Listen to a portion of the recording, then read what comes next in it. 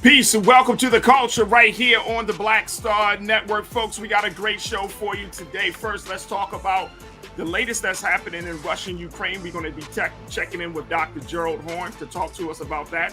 Also, black voters are showing a sign of decline in support of President Biden. There are some big elections happening today, and we'll talk about what black voters are expecting from the Biden administration and what we're not receiving. We'll have that discussion. And then let's certainly talk a little bit about education. We're going to check in with Dr. Sonia Santelises, the CEO of Baltimore City Public Schools, to give us the latest about how educating black children are impacted given the time of racism and all of these other social justice issues. We'll have that conversation. And then later, Monique and DL Hughley are at it again. But Monique does something that got the whole internet asking the question, why, Monique? Why? We have that conversation. So stay with us. It's all happening on today's edition of The Culture right here on the Black Star Network. Let's go.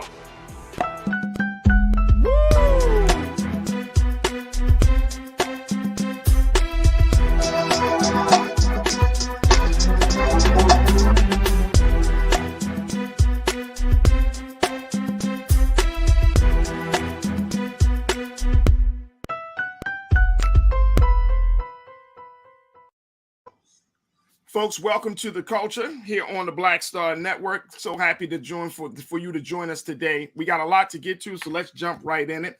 Yesterday, we started a little bit of the conversation around the latest that's happening within the Russia-Ukraine conflict. Well, today we wanted to make sure that we have a little bit more details and more analysis from our foreign policy expert, who is a professor of history and African-American studies at the University of Houston, Professor Dr. Gerald Horne, to talk to us a little bit about what we're seeing right now as fighting in Ukraine continues to escalate, where missiles are being launched at the capital of Ukraine, Kyiv. There are more casualties for the Ukrainian soldiers as well as the Russian soldiers. And there are a number of questions about how to bring this conflict to an end. So let's bring Dr. Gerald Horne into this discussion. Doc, thank you so much for being back with us today. Thank you for inviting me. Absolutely, Doc. So one of the big things that I saw today is the fact that, there was a discussion about Russian envoys first storming out of the UN meeting amid allegations that Russia has weaponized rape and food issues in Ukraine. Take a look at this, folks. This is the big talk right now, that Russian soldiers are using sexual assault as a form of keeping of diminishing and pretty much destroying any type of hope for the Ukrainian people. Doc, what is this all about? Well, first of all, with regard to the sexual violence charge, we should approach that with caution. As you know, there is an old saying that truth is so precious in war that it has to be accompanied by a bodyguard of lies.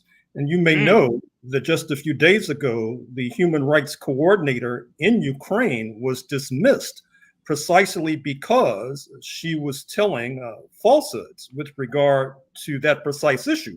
Now, I cannot claim to have insight into the latest reports about sexual violence, but it's only a cautionary note.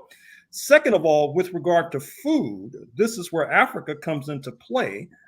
As you may know, just a few days ago, the president of Senegal, Macky Sall, also the titular head of the African Union, headquartered in Addis Ababa, Ethiopia, traveled to Mr. Putin's summer residence in Sochi, Russia, where he made a particular plea to the man that he called, quote, my dear friend Vladimir, unquote, to do something about the release of grain exports, not only from Ukraine, but from Russia, because there have been food riots and unrest, particularly in Egypt, which is heavily dependent for bread that is based upon wheat exports from that part of Europe. Now, that is relevant, I think, to our audience, because as I think we've mentioned on this program before, Congressional Black Caucus leader Gregory Meeks, congressman from Southeast Queens, New York, who also happens to be chairman of the House Foreign Affairs Committee, one of the most powerful committees on Capitol Hill, has carried legislation that would punish African nations who refuse to join the sanctions crusade against Russia. Now, as you know, more than most, many African nations feel that this is a European fight. They're not clear as to why a European problem has suddenly become a world problem that African leaders have to take a position on. As you know, South Africa, perhaps the leading country on the continent, has been particularly reluctant to get involved in this sanctions crusade. And when you look at the vote expelling Russia from the Human Rights Council of the United Nations, a significant percentage of African nations basically did not stand with the United States as its North Atlantic allies. And I think that this has something to do with the fact not only that African nations are really upset with the hypocrisy in the North Atlantic nations, that is to say that the North Atlantic nations violate a United Nations resolution to overthrow Gaddafi in Libya about a decade ago. The United Nations is also not capable of stopping NATO from dismembering Yugoslavia under President Bill Clinton. And so they're wondering if there is a double standard that is at play in the international community, where there's one standard for the North Atlantic nations and another standard for everyone else. African nations who have not been long in their escape from the clutches of colonialism take this issue very seriously. And I think that our audience should take it seriously too. So and with that concern, I think my biggest concern is this whole conversation around wheat production, the distribution of wheat, and getting it to these African nations, and how this is going to play out. What is that? What is America doing? What is the Biden-Harris administration doing, as far as you know, to address that issue, to make sure that the food shortage doesn't become a severe situation for those African countries that depend on it? Well, as you know, food is heavily dependent upon fuel. There are some estimates that food prices are contingent in the range of 50% on fuel prices. And as we know, fuel prices are going through the roof, not only gasoline at the pump, but diesel, and also the fuel that transports the ships that would carry the wheat into Africa and North Africa in particular. The Biden administration would argue that they're trying to bring down the price of fuel.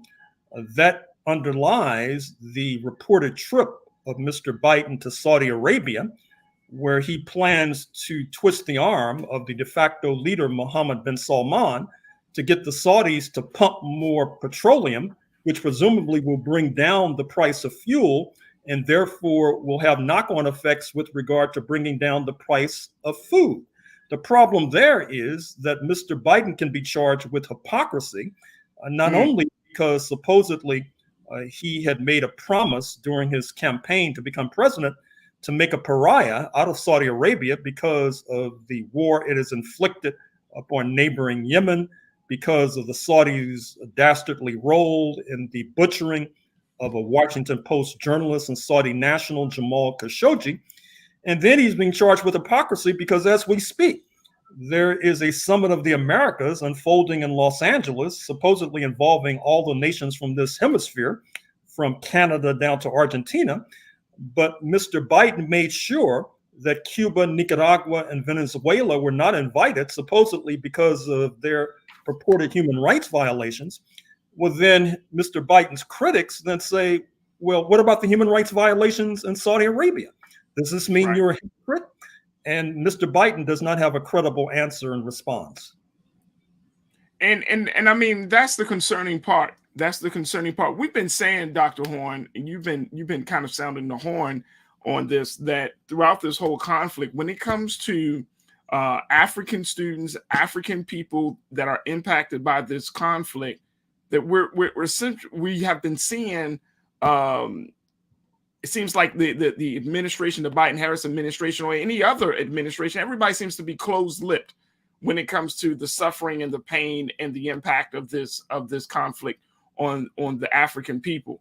And I'm wondering what will have to happen in order to get people to see that suffering, to understand that is another human rights violation, not just what's happening in Ukraine or what's happening in Russia, but what's happening in countries that are depending upon the resources and the capacities of Ukraine and Russia. What will have to happen in order for there to be a much stronger voice around those human rights violations? Well, that is the plaintive cry coming from Africa as we speak, which you have just articulated.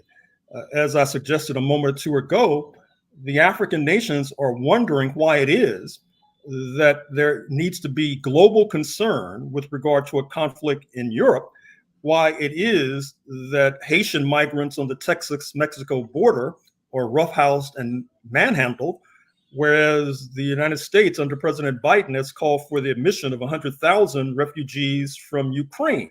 Why is it that influential New York Times columnist Bret Stephens has suggested that every Ukrainian who entered the United States be given a green card, which would allow these refugees to receive social welfare benefits? Others are wondering why it is that corporations like Airbnb have provided free housing to Ukrainian refugees. They have not lifted a finger with regard to providing free housing to Haitian refugees. And so your question goes to the nub of the question.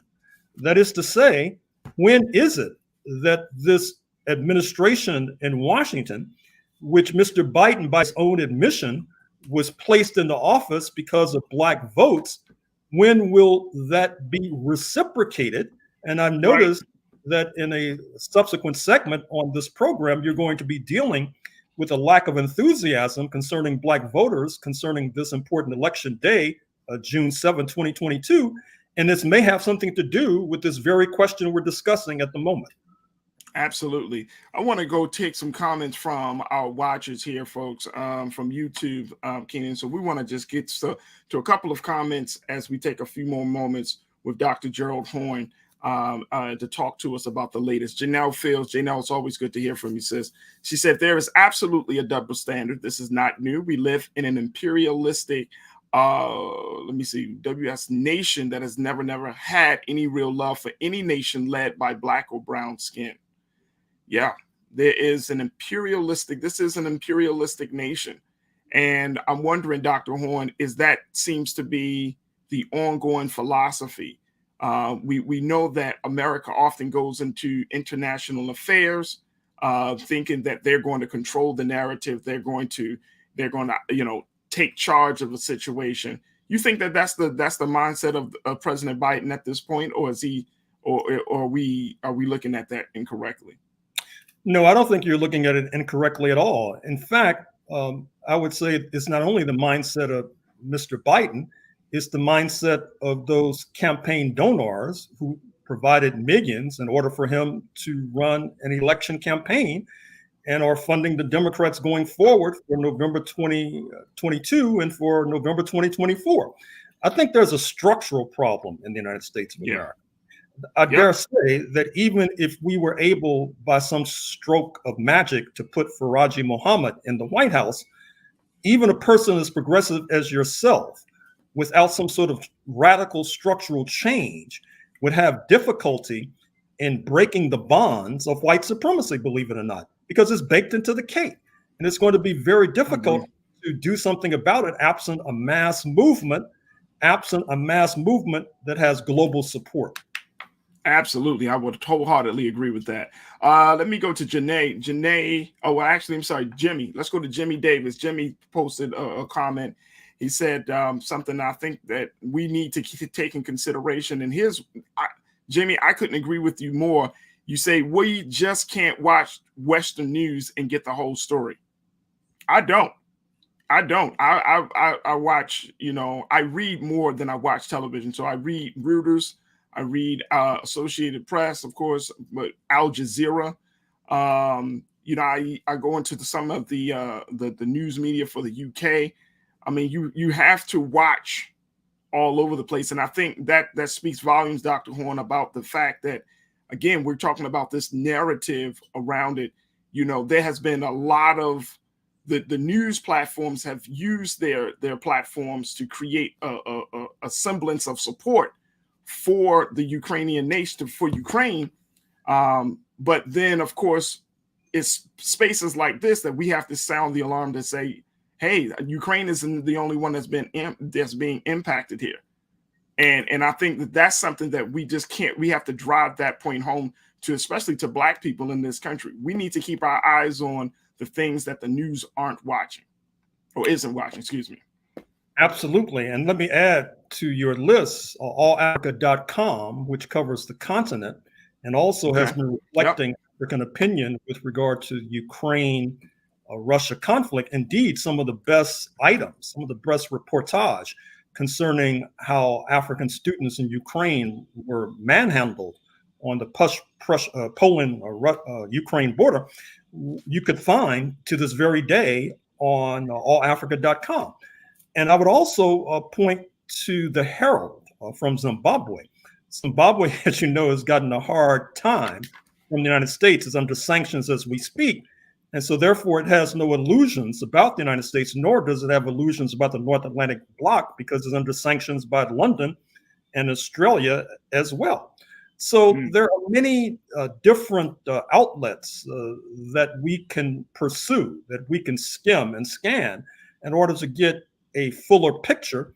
And of course, I would be remiss if I did not include on that list Black Star News. Absolutely. Absolutely. I want to get a couple of comments in before we end this conversation today. Let's go to, I think it's Shakia. Shakia Y posted, shame on those African nations that didn't make food a priority. I think Shakia brings up a great point here, Dr. Horn. In light of, now we're over 100 days since this conflict had started back in February. Do you think that African leaders did the best that they could to prepare African nations for the impact of food shortages and other resources being cut off as a result of this conflict? Did they do what they needed to do? Did they make food a priority? Well, that's a very difficult question to answer in light of the fact that hindsight is always 2020. I think it's fair to say that one of the problems in Africa right now is desertification. That is to say, the Sahara Desert is spreading slowly but surely southward, which makes it very difficult to grow crops in a good deal of Africa. And therefore, when it puts strain on agriculture in Niger, it then has ricocheting effects, because then Niger has to be more dependent and reliant not only on exports from Africa, but also from exports from its neighbors to the south. And so there are some real structural impediments. But having said that, I think it's fair to say that as of January, if not December, we had a premonition that there would be a conflict in Ukraine. And if I were sitting in the presidential mansion in Cairo, Egypt, that's what I would have been telling General al-Sisi, that perhaps you should try to secure some alternative food supplies, because your food supplies from Ukraine and Russia may be blocked because of an impending conflict. Oh, absolutely. I want to get one more comment from McCole Spicer. McCole, good to hear from you, sis. McCole posted something that I think that we should keep in mind as we have these discussions. One is that she said, I hope that all is well with me. I hope that we continue to pay attention to the Russia-Ukraine war. It is affecting all of us, our economics, our food, our politics, etc. It seems like a war is actually being waged, and I love how McCole put this, like it is affecting all of us, Dr. Horn. It's like this thing is happening. Money is being spent. Military supplies are being distributed. We have elected officials that are going across the waters, both Republicans and Democrats going across the waters to shore up its support for Ukraine and NATO allies. I mean, all of this stuff is happening, but it feels like it's not happening, right? You know what I mean? Like all of these decisions are being made, and it feels like, okay, are we in a war? Are we like intimately a part of this situation? And we are, but it still doesn't, it doesn't. I remember when President Bush declared war on Saddam Hussein in Iraq. You know, when he came and did that presidential address from the White House, and he, the talk about the campaign of shock and all. I mean, there was this feeling like, okay, America is all in. This feels like we're all in, but then it doesn't feel like we're all in. We feel the brunt of it from gas prices to food prices and from our politics, but then it still doesn't feel like we're all in. We're kind of like 1 foot in, 1 foot out. Am I going crazy in that feeling?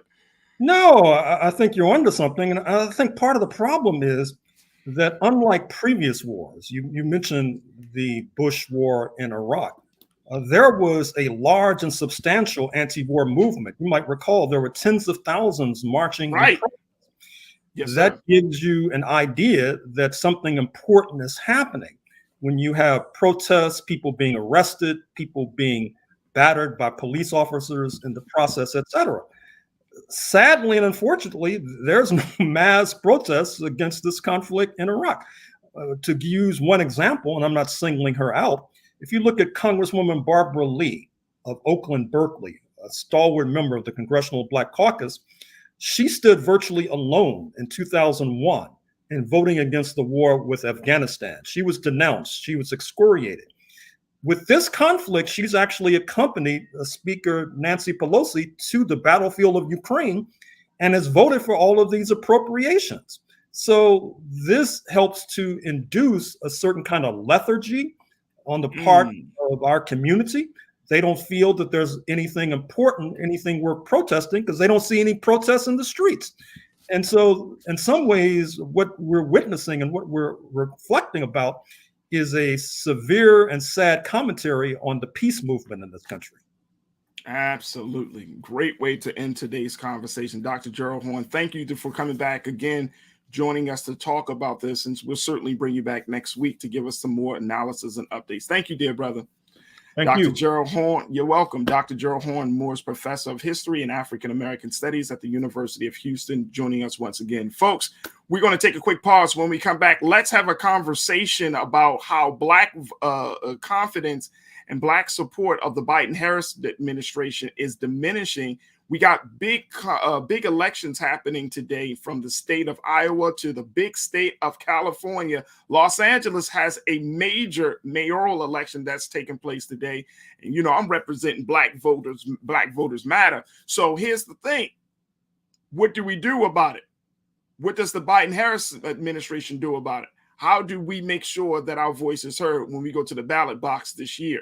We'll have that conversation. Then at the 4 o'clock hour, we check in with the CEO of Baltimore City Public Schools, Dr. Sonia Santelises, to give us the latest about educating Black students in this new educational landscape. So we'll have all of that and more. Stay with us. It's The Culture right here on the Black Star Network.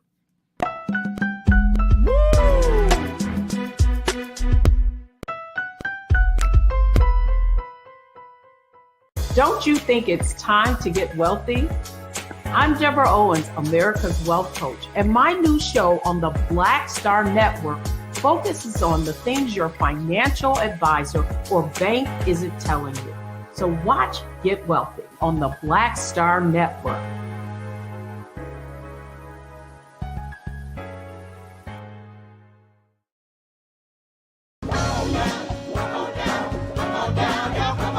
Welcome you to the launch of the Mass Poor People's Low Wage Assembly and Moral March on Washington, D.C., June 18, 2022. We are a new, unsettling force, and we are powerful. New, unsettling force, and we are here. We're rising up to demonstrate the compelling power that we, poor and low-income people, have to reconstruct society from the bottom up. And we need to do it with the loudest voices possible, the biggest actions possible. Because we know that there is no scarcity in this land. The only scarcity is the moral will to do what's right. Hold on, just a little while longer.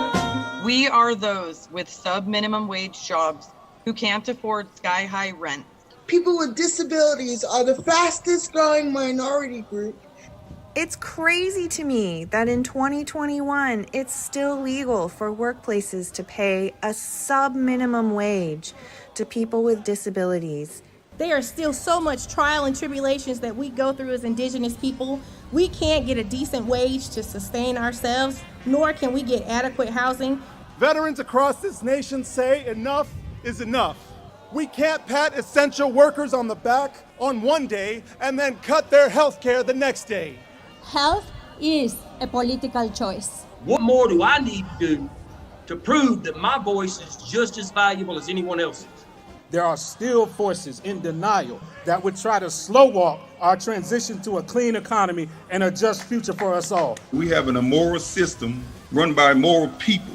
But together we walk and we fight. It's time for a change. Reconstruyamos esta gran nación. See, we are people of resilience as we fight these interlocking injustices together. When we work together, mobilize together, and rise together, we become a voice for the voiceless, and we become an agent of change in a time where great change is needed.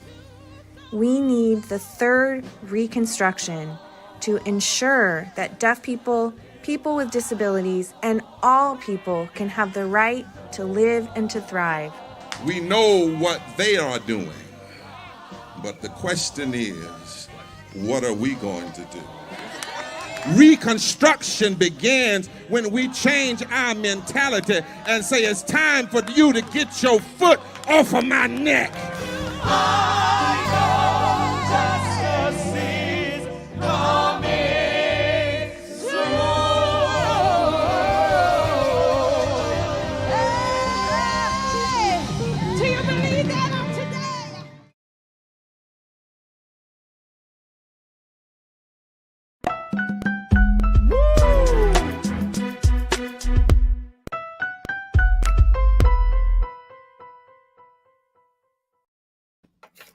Folks, there's a new poll that shows that Black voter support for President Biden is diminishing. According to this new poll that was done by the Washington Post, they found that there was a number of people who are feeling less enthusiastic about the president. Let me just share with you, Keena, let's post some of the data from this poll that the Washington Post had conducted, the Washington Post Ipsen poll that was done, where a number of Black Democrats prefer Biden as the 2024 nominee. Here's a couple of things to keep in mind. In the 2024 presidential election, who would you prefer to be the Democratic Party nominee for president? 43% said President Biden, 29% for Kamala Harris, 7% for Pete Buttigieg, and then for Bernie Sanders, Michelle Obama, and others, it goes down. Just a little bit. Just a little bit. Here's another thing to keep in mind, folks, that 6 out of 10, check this out, folks, 6 out of 10 people and Black Americans say the president is keeping most of his campaign promises, but more than 1/3 say he is not. Look at the numbers there. 60% of Black folks say, yes, he's keeping it. 37% is saying no. In contrast to all Americans, who 40% who are saying, yes, he's keeping most of his promises, and 56% say no as well. I want to bring in Culture Crew, our Culture Crew for the day, Lise Winnie, who is host of Millennials Anonymous podcast, and Iman Heem, who is an entrepreneur and activist. Lise, Iman, good to talk to you ladies today. How are you? I'm doing well, thank you. Good. Iman, how are you, sis? I'm doing good, I can hear you and see you, so I'm doing good. Good. That's always a blessing. That's always a blessing. So when we look at this poll, Lise, what do you get from this? I mean, Black folks are still in strong support of Democrats. It doesn't, even though this poll is saying that there is some decline, it doesn't mean that Black folks has abandoned the Democratic ship just yet. But when it comes to this midterm elections, and the other thing that Washington Post Ipsen poll said, that younger Black Americans are way less enthusiastic about the midterms or the presidential election, that they may not come out to vote. What do you take from that? I mean, that's typically what happens. Younger voters are always less enthusiastic to vote unless there's something really big on the table. So it's not necessarily surprising. I'm actually more surprised that those numbers were as strong as they were. There's still 43% of them, Black voters, us, we still want to see Joe Biden run again, even given all the things that are happening. So I'm actually quite shocked. Now, his poll numbers in general have not been over 50% since October 2021. So I think that there is some decline in Democrats because when you are in office, you're always on the defense. And that's what Democrats have to stand for: crime. They have to speak up for crime and the fact that there's been a lack of real police reform and change and all of these things. And now you have the pandemic and we're still kind of in it. So all of those things that Democrats have to stand for, and they have to get people out to vote. And I'm actually quite shocked that we have not seen them put anything on the table that will bring people out. I mean, of course, people are afraid of what will happen if they reverse Roe. But again, no real marijuana on the federal level. We haven't really seen Biden go there yet. And that's something that would be a bipartisan thing. So we'll see what happens, especially today, when you look at California and those races, and we will definitely see what will happen. And I think in Virginia, they're neck and neck what Democrats actually decide to do. Yeah, absolutely.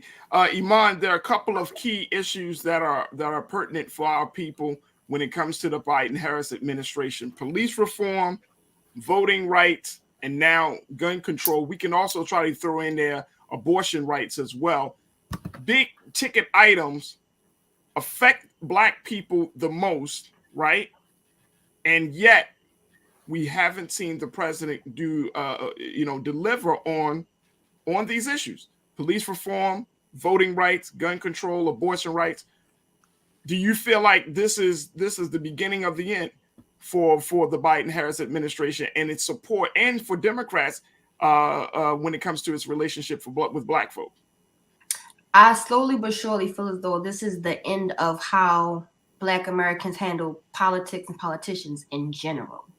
I think, especially with young voters not being so enthusiastic about voting, we've lost the, hope or promise in believing in politicians when they say they're going to do something for us and it doesn't get done.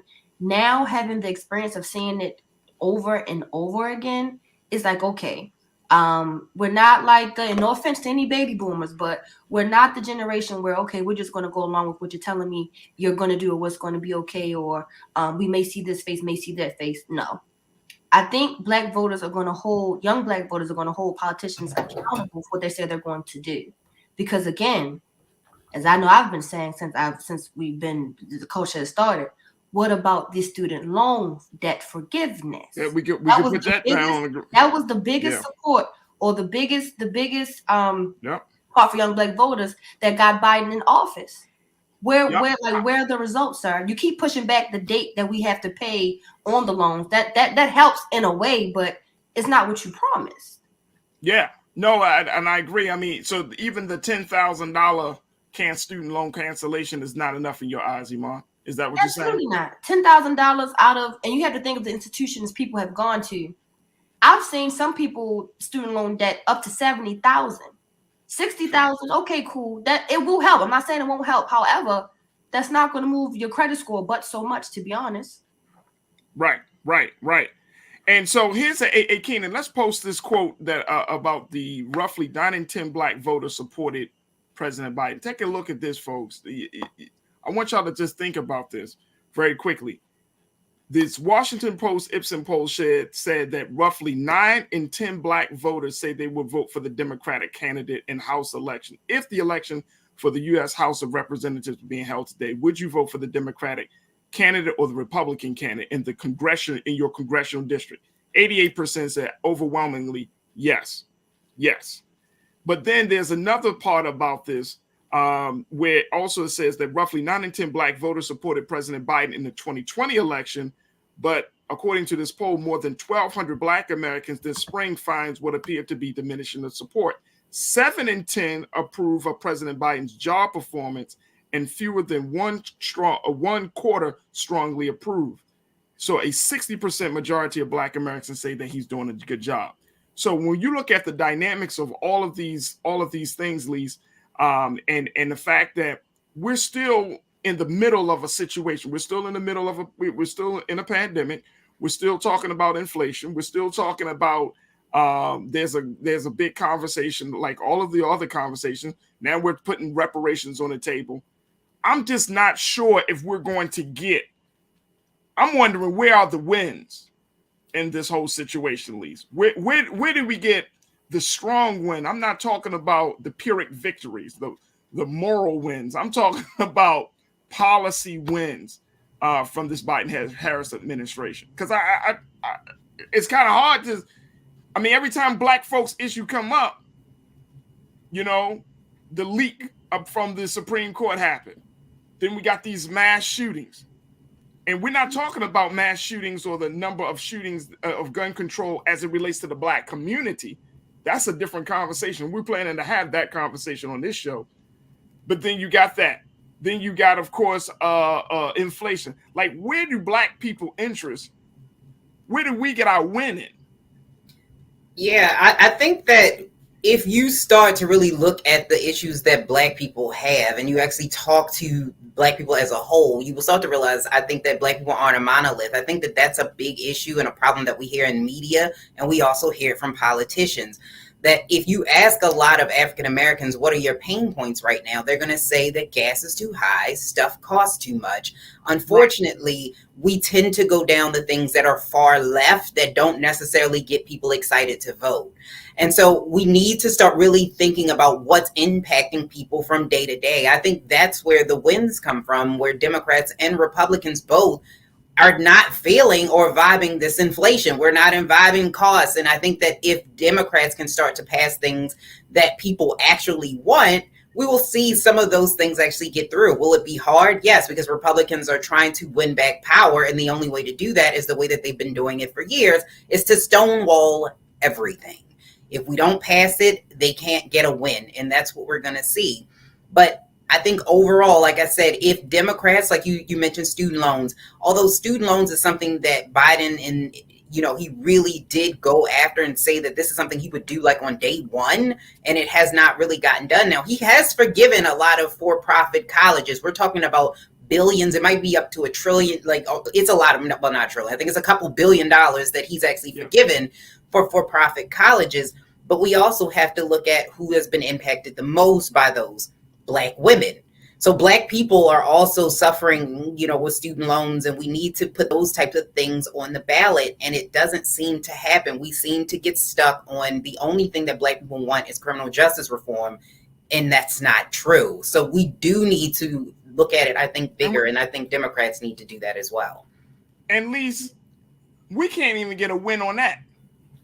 True. I mean, we can't even get a win on police reform right now. True. Because it's not hot. It's not hot. It's not mass shootings have taken over the conversation, and rightfully so. Mm-hmm. But it's like the country has gone through a you know, what do they call that? You know, schizophrenia. But it's also crime. You know what I'm saying? You're just moving from one thing to the next. You're being reactionary and not giving and not saying, okay, we know this is issue. We're going to address this issue. We got to say something about this issue.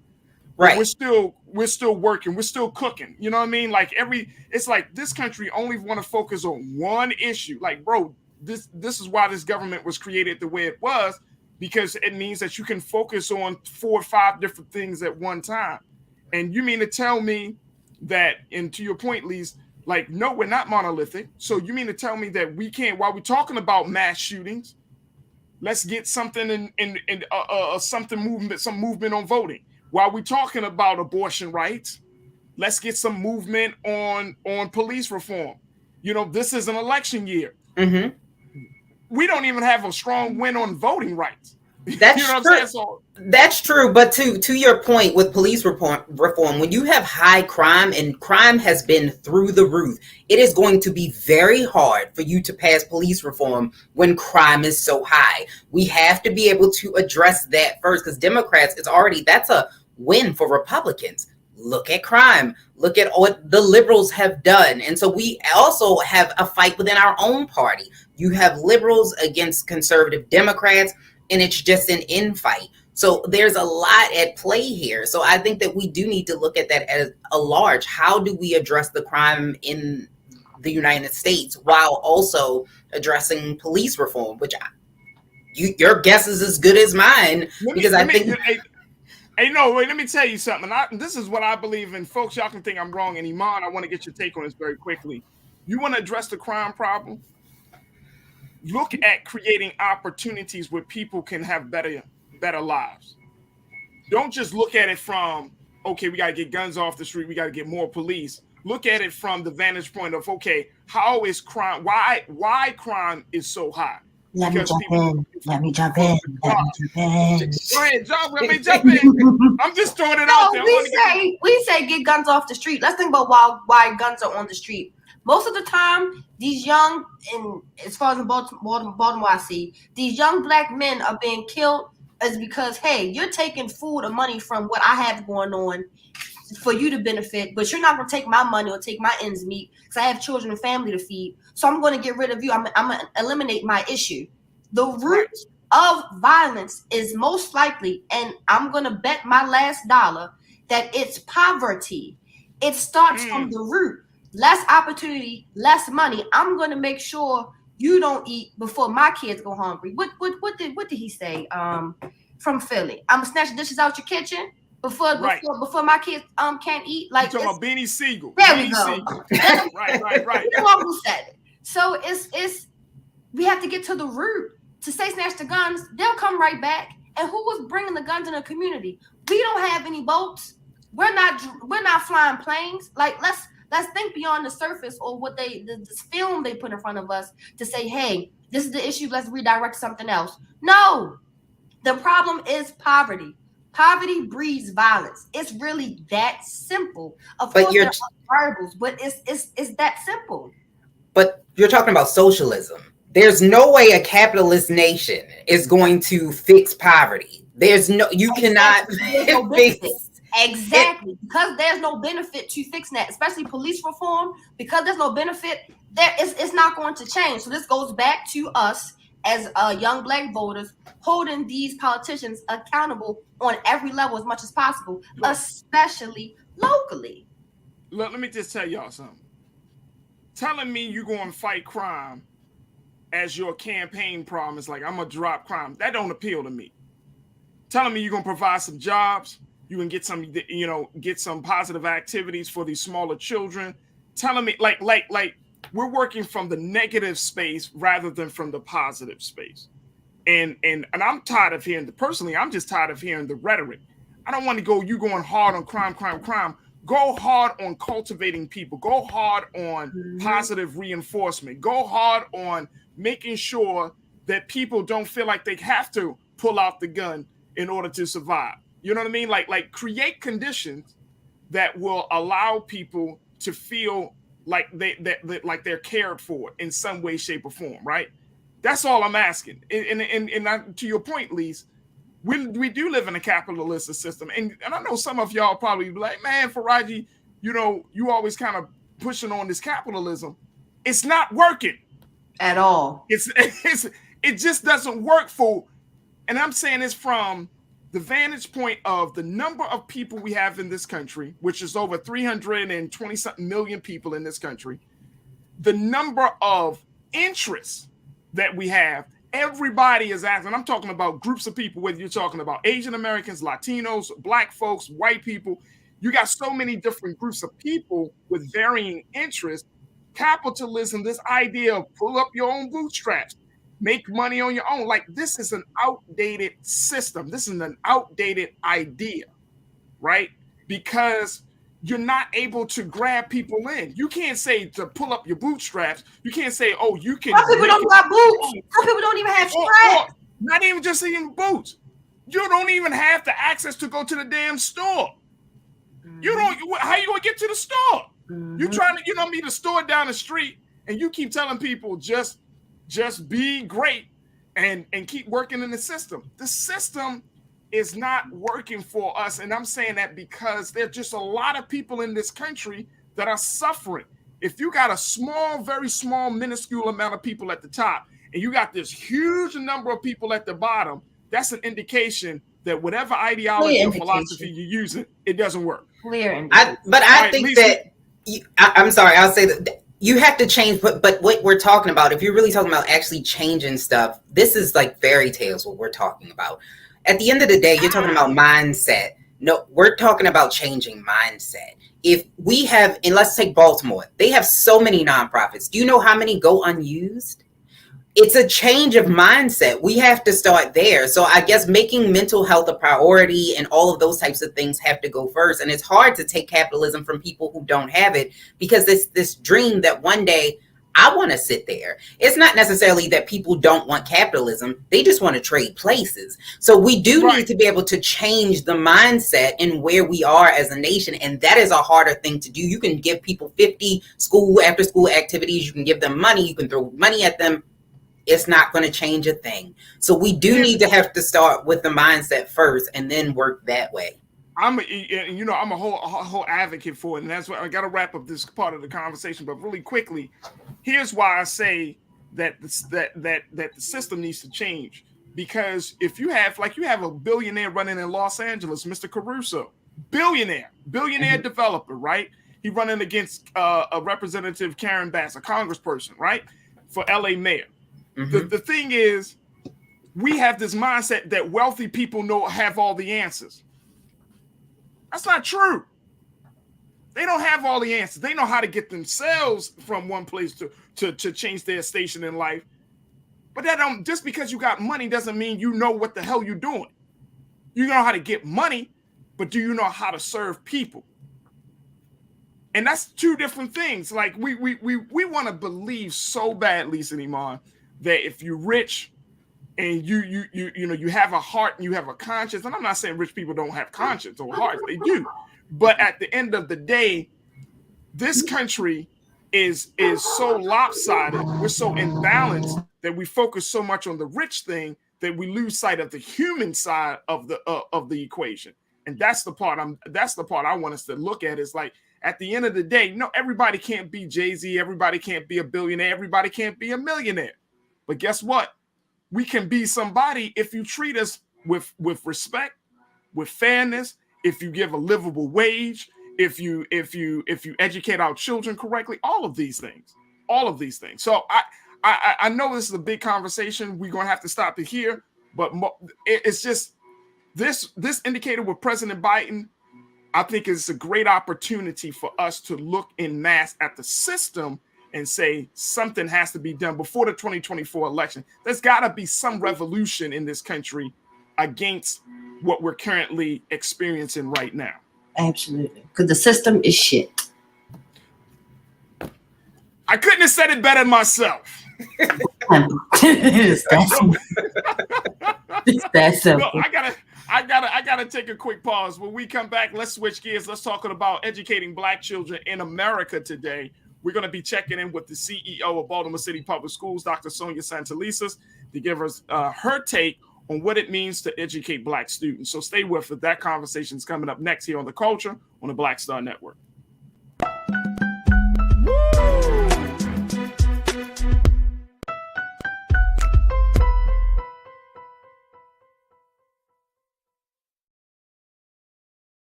Don't you think it's time to get wealthy? I'm Deborah Owens, America's Wealth Coach, and my new show on the Black Star Network focuses on the things your financial advisor or bank isn't telling you. So watch Get Wealthy on the Black Star Network.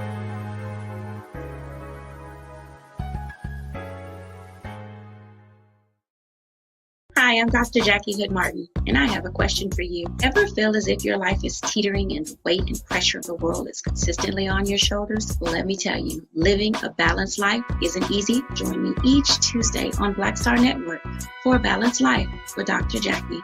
We'll laugh together, cry together, pull ourselves together, and cheer each other on. So join me for new shows each Tuesday on Black Star Network, A Balanced Life with Dr. Jackie.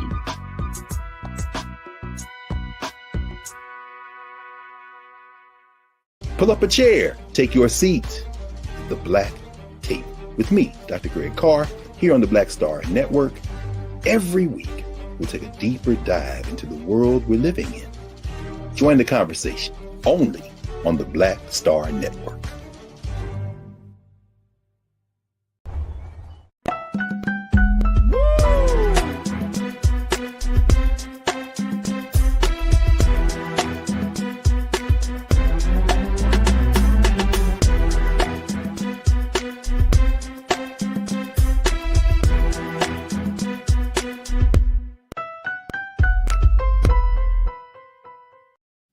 All right, folks, welcome back to the second hour of the culture here on Black Star on the Black Star Network.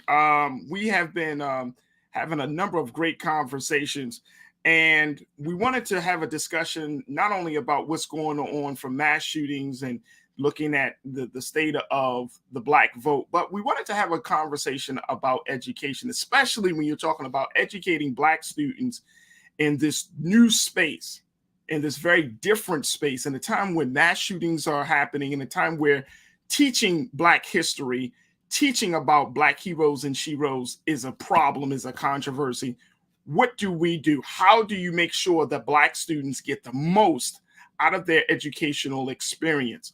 And so we wanted to have this conversation, and we thought the best person to have this conversation with is the CEO of Baltimore City Public Schools, Dr. Sonia Santelises, to give us some insight as to what she has been experiencing, what is she seeing on the educational landscape as we have these important conversations. So we'd like to welcome to the culture here on the Black Star Network, the CEO, Dr. Sonia Santelises. Dr. Santelises, thank you so much for joining us. How are you feeling this afternoon?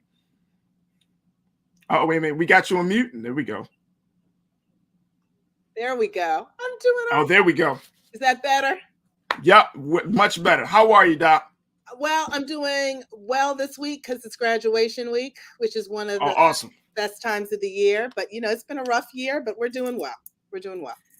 It's a very, very rough year. In a few moments, we're going to bring in back our culture crew, Lise Winnie and Iman Heath, to be a part of this conversation. But, Doc, I wanted to first thank you so much for taking time out your busy schedule to have these conversations with us, because I think a lot of people, and like you mentioned, we're at the end of the year, but a lot of people are very concerned about the state of education for Black students in this country, right? Like, how do you create a safe space for Black students if they feel afraid?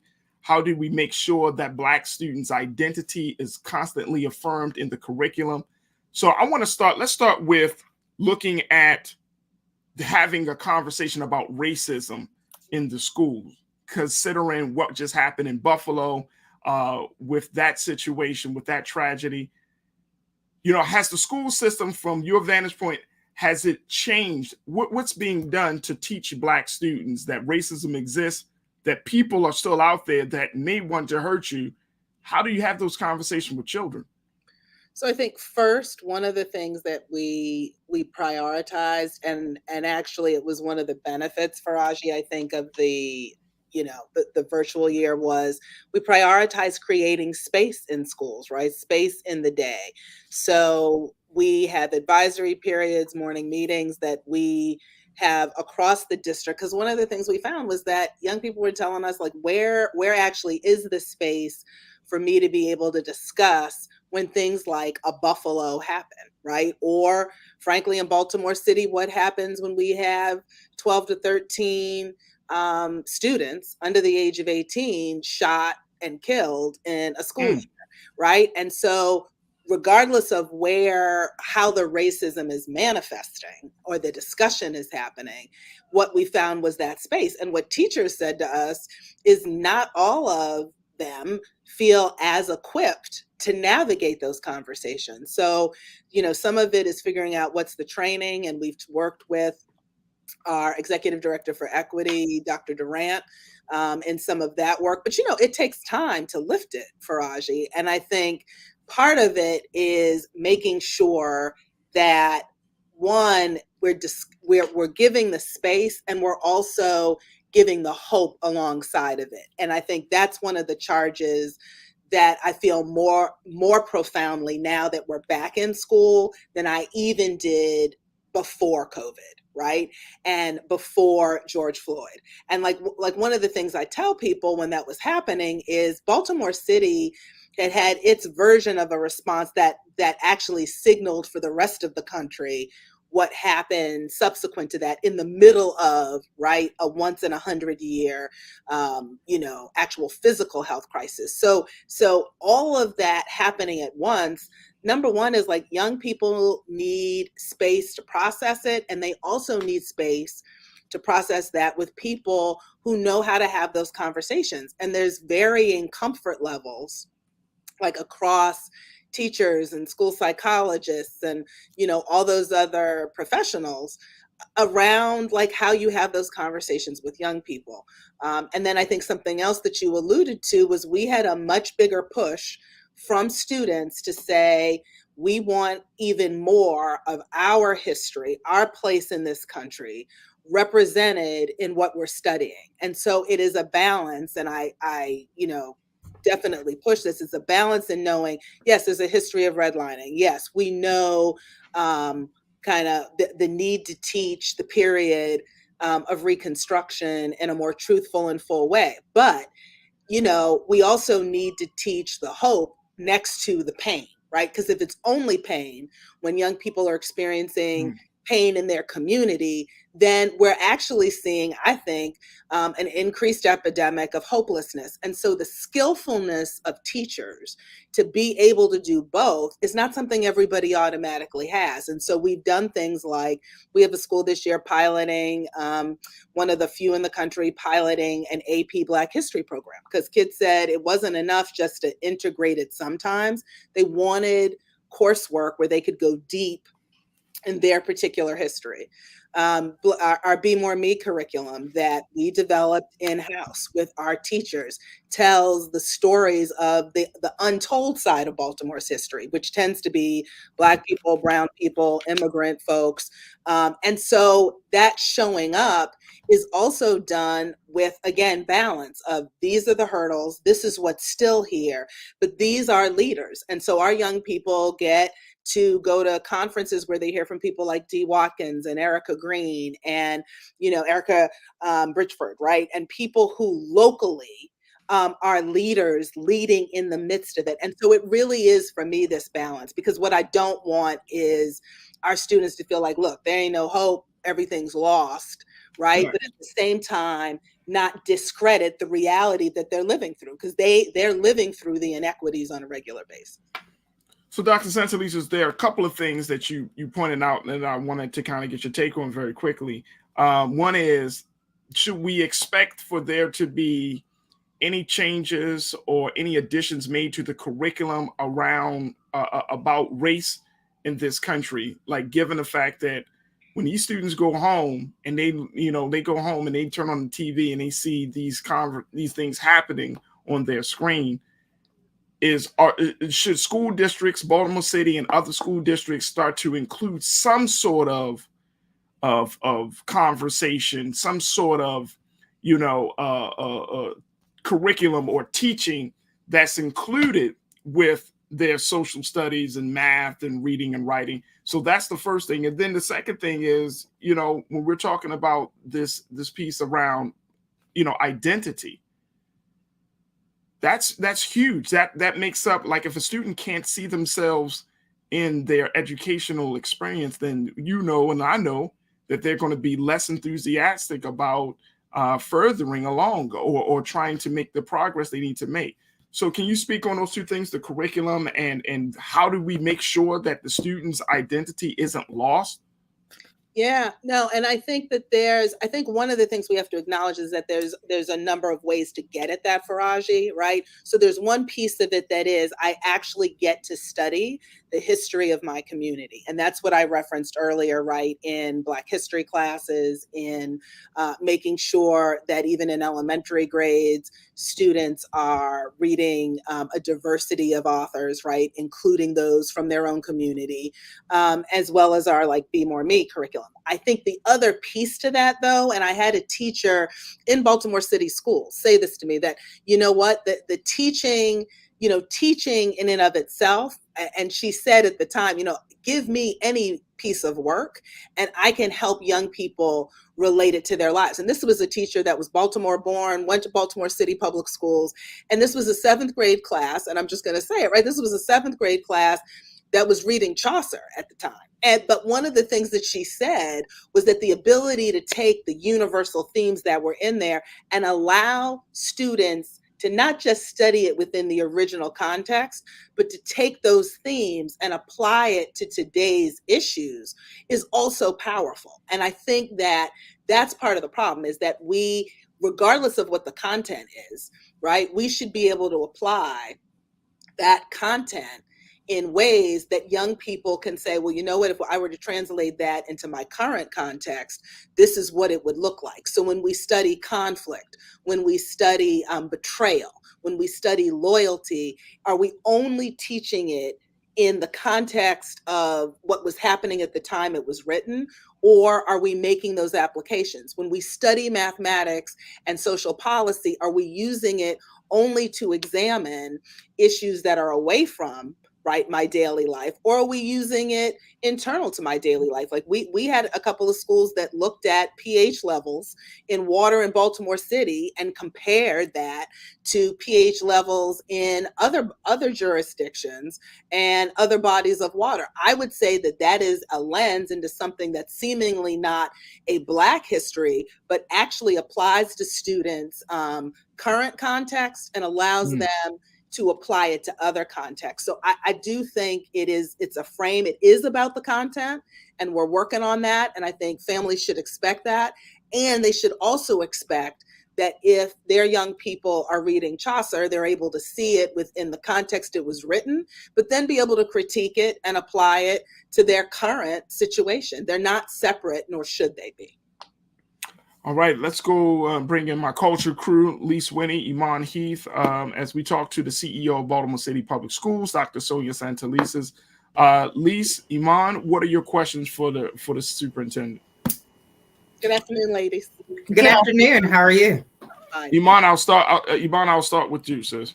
So my first question, what do you think is causing the issue for the softening of talking about our history, Black history, the true history? Not why do you think it's being handled with cookie cutter type of just softness? We want to be as delicate as possible to speak about the issues. I'm seeing, of course, it may not be in Baltimore, but in Texas, the McGrill, I want to say McGrill or McHill textbook is changing slavery to we were indentured servants here. So why do you think this subject of what really happened to us as Black is being softened in school? Well, I think it's being softened by political pressure. I think it's being softened by not actually taking the time to say, how do we teach these subjects well? So a lot of what I've seen as backlash, like when people hold this up, is this is a horrible example, right? Like there was one example of a class in, I think it was Virginia, where, they had all the white children act as slaves, and then, those families were in uproar. But I could pull out examples of when Black children were taught to simulate the Underground Railroad, and somebody said run, and they were supposed to simulate running. That to me is just bad teaching in both sections, and we're not calling out bad practice, which then gives people who have a political agenda the ability to say, see, this is what this does. And it's uncomfortable. It is uncomfortable. People don't want to, they don't know how to wade through challenging topics that show the worst of human behavior towards other humans. And so it's easy to use those bad examples, right? And then basically use it in a political way instead of actually digging down deep and saying, how do we teach this well? And even when it's a hard topic, which we can do. I mean, there are other hard topics. I mean, we talk about mass genocide in a historical context, and we figure out a way to do it in a way that young people aren't traumatized. I think we have to put in the time and the energy, and there are folks who are using the inability to dig deep in what quality teaching of those tough subjects looks like, and instead use it as an opportunity to just sweep it off the table entirely. And I think that's and to your point, Iman, I think that's the problem. Like I mean, Doc, you saying that that people have pretty much been influenced by political pressure, but that's like we're in 2022, and you can't talk about Black folks, you can't talk about Black history. You know what I'm saying? And we know Baltimore is a predominantly Black city, and unfortunately, we're still seeing some Black folks, Black leaders within the school system, Black teachers who are like, kind of like trying to, and I'm like, we make up 65% of the city in Baltimore, and in other cities across the country, we add to the tax base. We're foremost in shaping the culture. Why can't we talk about Black people and to Black students? Why is that such a problem? Or we can't talk about Black history to non-Black students when we have to learn everything else? Well, but I think, Farajii, it comes down to one, not giving the ground, right? And just taking it away because it's uncomfortable. And I will tell you what, even when we were rolling out our Be More Me curriculum, and Dr. Tracy Durant, God bless her, came to me, said, Doc, before we roll out this curriculum, we're going to have to work with some of these teachers on their own issues, right? And difficulty around talking about race and difficult subjects. And that cut across both, a number of racial groups, by the way, right? We had Black teachers who weren't sure how to navigate this. And so we had to back up and say, we've got to have safe spaces for teachers to process where they are so that they're prepared to teach the curriculum.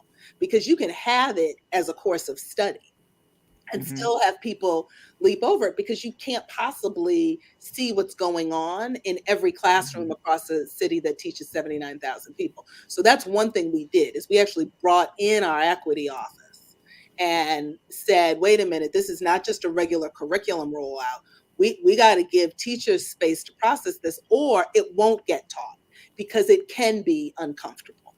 And so we can't look at it as just, okay, if people would teach it, it would all go. No, I've watched some people botch some really good Black history and botch it, right? Because they can't process it. So for us, it's got to be both. And we almost made the same mistake a lot of people did. And fortunately, Dr. Durant kind of pulled us back and said, wait, we got to do some individual adult work before we talk about, just taking this to kids.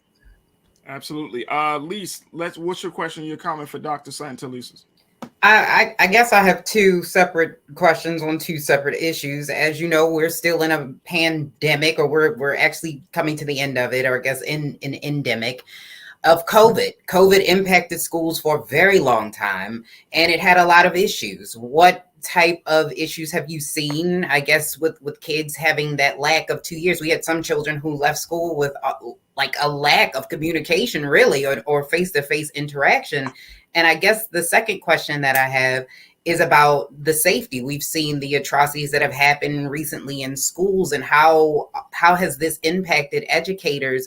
And a lot of Republicans are floating the idea of teachers being armed. Is that something that you guys have thought about in Baltimore City? So let me start out by saying no, we have not talked about arming teachers in Baltimore City, and I am thankful that I live in a city where that is not under discussion. I think what we have seen is exactly what you were saying, and we're not the only one, so I don't want to say it's only in Baltimore City. Absolutely, there was an increase in conflict, in violent response to conflict, and dare I say, we had a serious spike in adult involvement in that same behavior in schools, right? And so what I think that signals is that, whenever you have 2 years, when a community is separate and when relationships are frayed, right? What happens when you get everybody back in? And let me tell you, I was as mistaken as everybody else. And I said this, I took some teachers of the year finalists from Baltimore City to dinner last night. And I confessed to them, I said, I was thinking, great, if we could just get everybody back in, then the relationships will just come on back. But they didn't. Right. And we had to be deliberate about it. What we found was that the schools that knew how to build community, the schools that had the connections to home, got back on track, for lack of a better term, back into a healthy space faster. But 2 years out, we had young people. I had a community leader say to me, Doc, I hate to tell you this, but some of the kids coming back in after being away a year and a half have gotten involved in activity that they were not involved in prior to that, right? And that's negative activity, what I call criminal pipeline activity that we had to be deliberate about. But it has been hard. But the schools that focused and doubled down on relationships did the best job. I will say, full disclosure, we used to have optional, screening, metal detector screening for safety. And this spring, because of the severe spike in guns we were seeing around schools, on students in schools, we made for the remainder of the spring that mandatory. But one of the things that school leaders were telling us, and we knew, is that there's not just one solution, right? You can't just put up a metal detector and then just assume all of the quote violence is taken care of. In the same way, arming teachers, with all due respect to states who do, that's not going to take it away, right? It's a more holistic kind of approach where you've got to look at everything going on. So yeah, we can take, guns away from kids, and our school police officers do that all the time because of the relationship they have, not just because they had some easy off the hip, let's do this one thing and it'll go away. And we've got to be willing to roll up our sleeves and get into the complexity of why we're seeing this spike. It's not just one thing. I want to take this time to get some comments from our watchers, Dr. Santelisa's. Folks have been checking in. Karina, I want to post a couple of these really quickly. Karina Denise said parents should also be taking the initiative to be involved in their child's education. And I saw another comment from one of our other watchers that said that parents need to show up at school board meetings and the necessary PTA meetings. What is the city schools, Baltimore City Public Schools, doing to engage and encourage parental involvement in this process? Yeah, and I'm thankful for those two comments because it is key. We can't just do this as schools. And one of the things coming out of 18 months of virtual learning is we saw more parents had insight into what was going on with classrooms, right? They saw it through their screen. They saw some of how their children were learning or not learning. And so part of what we've been trying to do through our family community engagement office is really use our community school coordinators at school to help link parents with some of the everyday needs, right? Because some of the needs are, a need for job placement, some of what you all were talking about before I came on in terms of a holistic approach. We see that in schools too. I mean, if you don't know where to get food, if you have, been evicted from your apartment and don't know where you're going in the evening, you're a lot less likely to be involved in your child's education. But that's not every student in city schools. And so some of it is doing a better job on our part of connecting with parents about what are the supports that are helpful. So believe it or not, over the last 2 years, one of the things, you would think it would have been obvious before, so shame on us, but just using cell phones for quick surveys with parents, the communication through texting to teachers. Even me and my own, children's teachers, the ability to get a text that says, Talia, one of mine, isn't on her office hours in the afternoon, actually made it easier for me sitting at work to then text her and say, how come you're not on, right, your after school hours? So we have a variety of needs. I think we have parents with acute needs that are kind of everyday life needs, but then we have parents who want to know, how can I help my students? So we had a number of parents who wanted to know, look, I know my child's behind in reading because they just didn't do well in virtual learning. Well, through the laptops that we had to buy, now parents can log on and actually see exercises themselves that they can have some control and agency with on getting their young people connected to those and not just relying on the schools. So there's a lot of ways, but the best way is really, yes, as one of your viewers said, is show up at those meetings. So when it's budget time and what you think your school needs, show up for the parent budget meeting, during the parent open houses, and also school board meetings, because the school board does listen when there's a trend among parents of things that they want to see. And that's important. You don't have to come to everyone, but now that they're virtual, you can look and see while you're cooking dinner. You don't have to actually come down. You can actually kind of keep track, and the board does monitor what the letters are that come in. So I think that's a bunch of different ways, but that we can always do more. Absolutely. Lana checked in, one of our loyal watchers. She said, what about recruiting at HBCUs? Why are 70% of school teachers white in a majority Black city? Speaking of Baltimore, Dr. Santelises, what is that the correct number, or is there a different number? Yeah, no, we actually have a higher percentage of teachers that are Black, and I think we're close to half. I will check, but we're definitely higher than 30%. We actually have one of the highest percentages, for obvious reasons, I would hope, in the state, but we can always do more. One of the things we found, though, to Lana's point, is we had less of an issue with recruiting Black teachers and more of an issue retaining Black teachers. And so our Black teacher work group has done, and really it started before COVID, in really researching, okay, what are the reasons Black teachers are leaving? And what we saw was that a lot of those reasons were similar to what we see nationally, right? So where are the leadership opportunities? Being frankly overworked, because many of them could relate to students, and so they got more assignments, but not necessarily all the promotion that went with that. So we really worked with that teacher work group to say, these are some things we can do, and we've actually stabilized our Black teacher retention. But we are working with HBCUs. I will give a shout out. It's not just Black teachers. We need Black school psychologists. Everybody is saying, oh, you need to hire more school psychologists and more social workers. Well, let me tell you something. If I'm hiring psychologists and social workers who still don't know how to relate to our young people, then it's a waste of money, right? So we are also working with Deb Brooks, who heads up that division.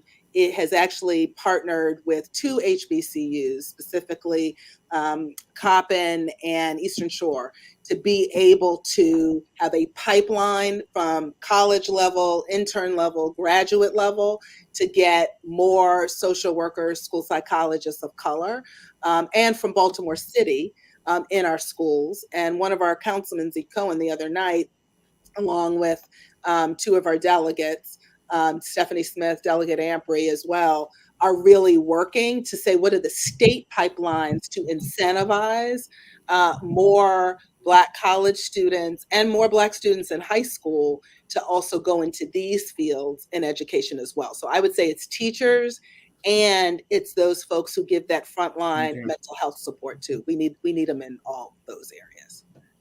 Jay Thompson checked in, Dr. Santelises, and she said, the problem is the debt teachers incur for low pay. Where are we on that conversation of raising teacher wages? And because there are so many, you know it and I know it, there has been so much expectation that teachers play all of these roles, and then they're still getting subpar pay. Like in certain places around this country, teachers are only getting paid $35,000-$40,000. And yet they are now dealing with the challenges from mental health issues to students, to possibly having a mass shooting occur to their school, to other, administration issues. Where are we, and then they go into debt. And I think this is a tragedy and a travesty in this country, that the people that are shaping the minds and the futures of the next generation are incurring debt because they simply can't pay. They can't pay for their colleges. They can't pay for their bills, and their living situation is low. So what are we doing about that? So one of the things that I'm proudest about in Baltimore City, and again, I had dinner last night with 17 Teachers of the Year finalists, and they verified for me that Baltimore City actually pays pretty well. It doesn't mean our teachers don't deserve more increases or any of that, but compared to a lot of our neighboring jurisdictions, our starting salary is similar or in range, but really what we've done with our contract that happened probably 10 years ago now is actually give teachers the opportunity to increase their pay through what they do, right? So it is taking on extra responsibilities, enrolling in extra professional development, doing those kinds of leadership pieces that do keep us competitive. But you are absolutely right. I have a colleague who's a superintendent in Tulsa, Oklahoma, and when she told me what her teachers made, I said, how do you keep anybody? Because teachers— How much do they make, Doc? Oh my God, it was like $30,000, Farajii. I was like, how does anybody? In Oklahoma? Yeah. Yeah, it was For bad. a teacher, they make this $30,000. It was in the 30 range. I'll have to talk. I think they got some increase, but it wasn't more than 40. Either way, that's nothing. It's nothing. Like even in Oklahoma, like you don't have to be in New York City to know it's nothing. And when she told me, I said, "How do you keep people?" Right? Because it's to your earlier point, and I think more loan forgiveness programs. I think paying for college students. College education who agree to teach for a certain number of years. I think we've got to open up all of those avenues, particularly if we want teachers from the neighborhoods of the young people we're serving, right? And so in some of those cases, those are first generation college goers, right? And so for them to take on debt actually shortchanges the generational substance that we want to be able to carry over because it's all taken over with the debt. So I think that's some of the things. I know the Meyerhoff program has done a great job in helping to incentivize teachers going into math and science. And I think we need to spread that to other areas. And I bet you in a couple of years, you watch when this national teacher shortage really takes hold, then we're going to have to do that because folks are leaving the profession at a high rate. And that's true in the state of Maryland. We import more teachers than we produce in the state of Maryland. And my colleagues are feeling it, and they will tell you it is a topic in every superintendent's meeting. Well, that's why I think that I'm an advocate of, if you are a teacher, if you went to school for education, you should not have student loan debt. Agreed. That should be the first. Like, you should not have student loan debt. Lisa, I know you got a question for Dr. Santelises. What's your question, sis?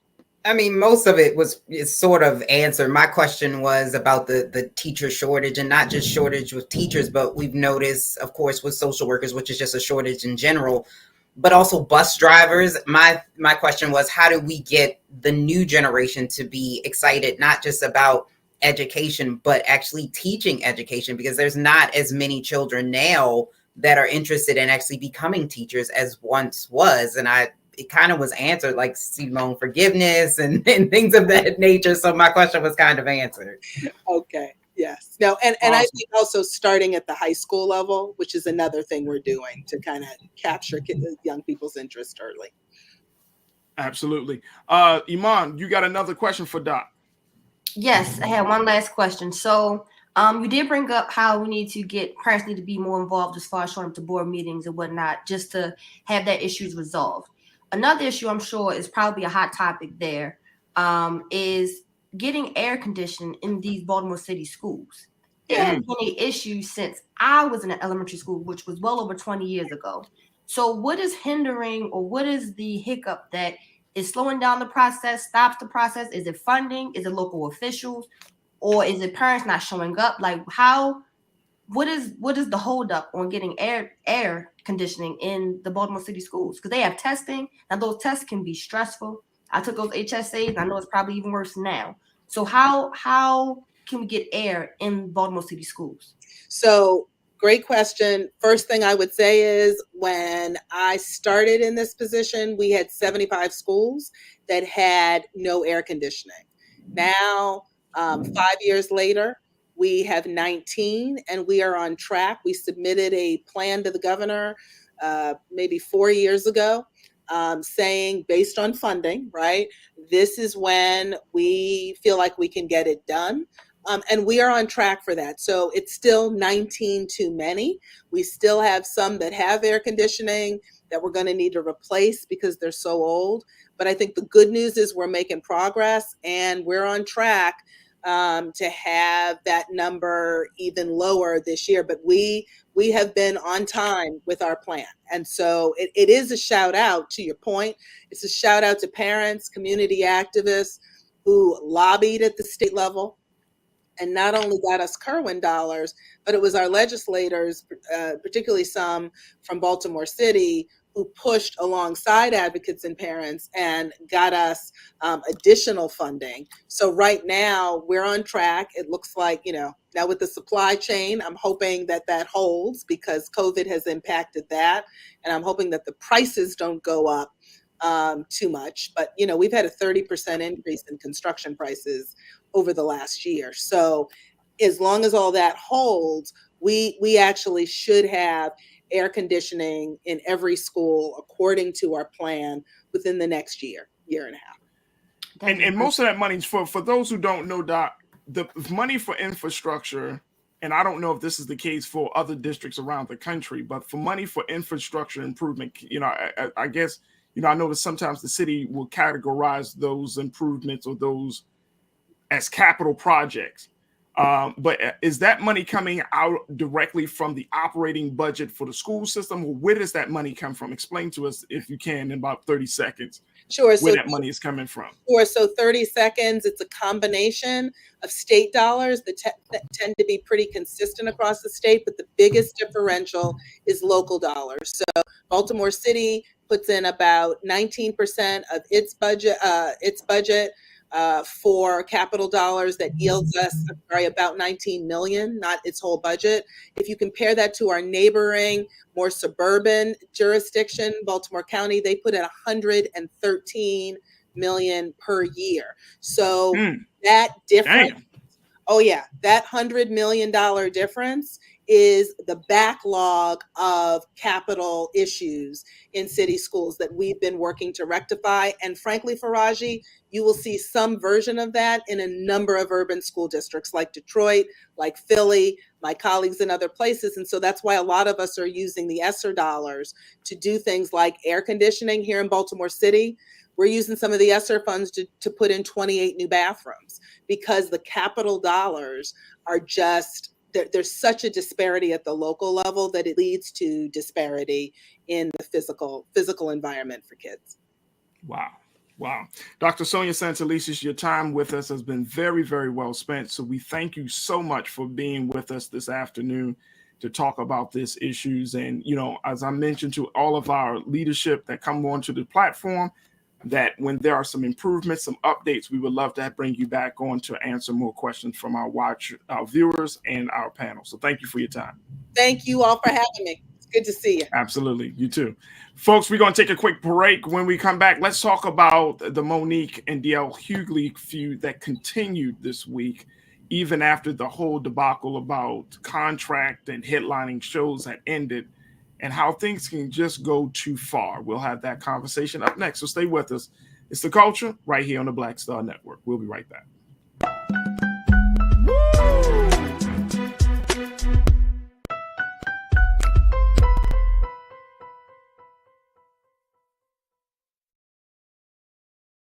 Don't you think it's time to get wealthy? I'm Deborah Owens, America's Wealth Coach, and my new show on the Black Star Network focuses on the things your financial advisor or bank isn't telling you. So watch Get Wealthy on the Black Star Network.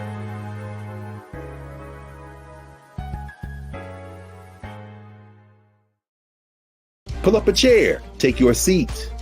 The Black Tape with me, Dr. Greg Carr, here on the Black Star Network.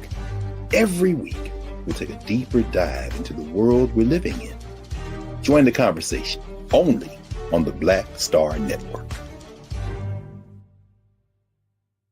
Hi, Hi, I'm Dr. Jackie Hood Martin, and I have a question for you. Ever feel as if your life is teetering and the weight and pressure of the world is consistently on your shoulders? Well, let me tell you, living a balanced life isn't easy. Join me each Tuesday on Black Star Network for A Balanced Life with Dr. Jackie. We'll laugh together, cry together, pull ourselves together, and cheer each other on. So join me for new shows each Tuesday on Black Star Network, A Balanced Life with Dr. Jackie.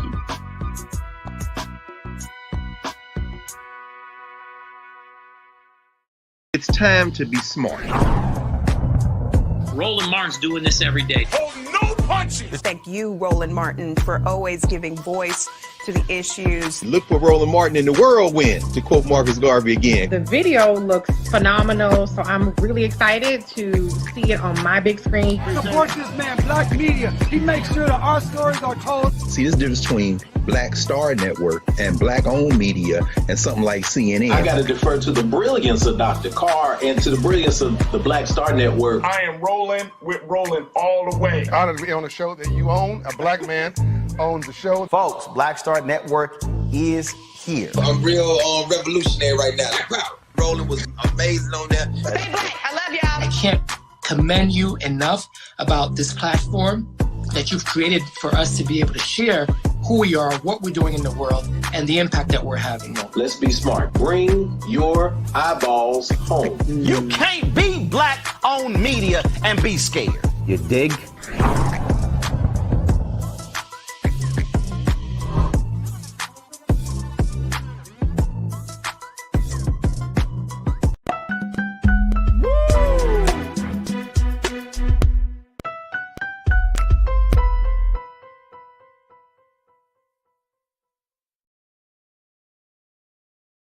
All right, folks, welcome back to the Culture here on the Black Star Network. All right, I wanted to talk about this situation between comedian Monique, comedian actress, Oscar-nominated actress Monique, and comedian and talk show host DL Hughley. Now, last week, they had a whole feud about contract or headlining a comedy show. But then, you know, it was like all this social media back and forth, and Monique pull out her receipts and DL pull out his receipts. But essentially, what ended up happening was Monique was the headliner for the show and all of that. But then, and I want to bring in my culture crew back in it. These are two dynamic women, Lise Winnie, Iman Heath. Let's bring them back into it. Here's the part I don't understand, ladies. Monique took this situation to a whole nother level. When she recently posted over the weekend this feud, and during this whole feud, she posted a radio interview where DL Hughley was talking about how people were having trouble believing Bill Cosby could have committed sexual assault, sexual harassment and assault. And so he went on to talk about how he had a difficult time believing that one of his close friends molested his youngest daughter. Now, this is an interview that DL Hughley did a couple of years ago. Monique reposted this interview. And Lisa, I'm not quite clear as to why a situation that once talked about contracts now ended up talking about something very traumatic like molestation. Why she reposted this interview, her reasoning, according to her, and you know, she said she wanted to, I guess, provide a safe space or to talk about how DL is to kind of do like a character assassination of him as a man and as a comedian. So she brought this all of this information about this very tragic experience that his youngest daughter had with his friend to put it out there. I'm kind of like blown away by the whole thing, because as a result of that, DL Hughley's oldest daughter sent out, and Keenan, let's post that again for us, please, brother. She had this major post, folks. If y'all didn't see this, DL Hughley's older daughter responded to Monique in this much longer post talking about why Monique is just a low person, a low character person to pull out something so traumatic that has impacted the Hughley family to make a point about the type of man that DL Hughley is. Lise, can you speak to this? Because this sounds much bigger and much more traumatic than just talking about comedy. Yeah, and I think that this is what happens when you get someone who often puts themselves in like this martyr situation. And this is the only thing. And, you know, she's a Baltimore native. You know, shout out to all Baltimore natives.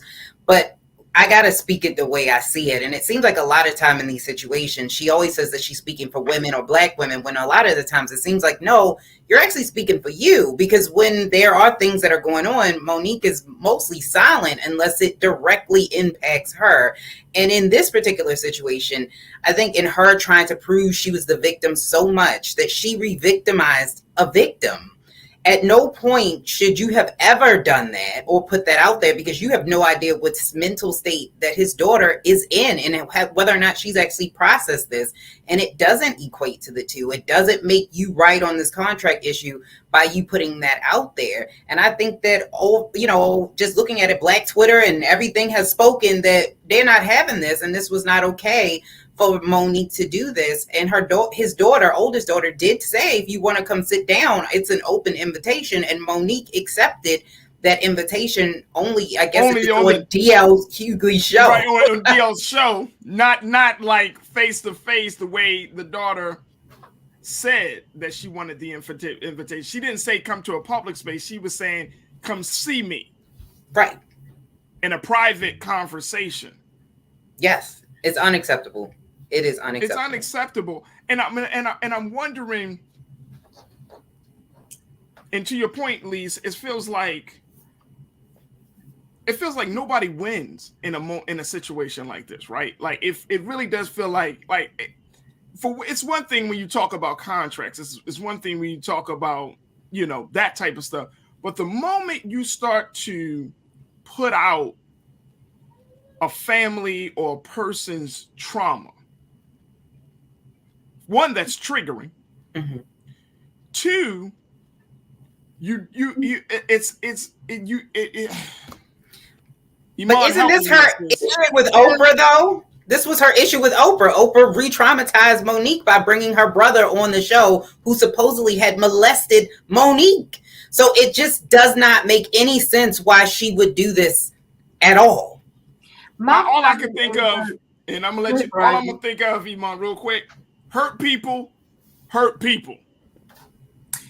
I admire Monique's resilience and her persistence to get her point across. And if she, you sound real. Wait a minute, hold on. No, hold on.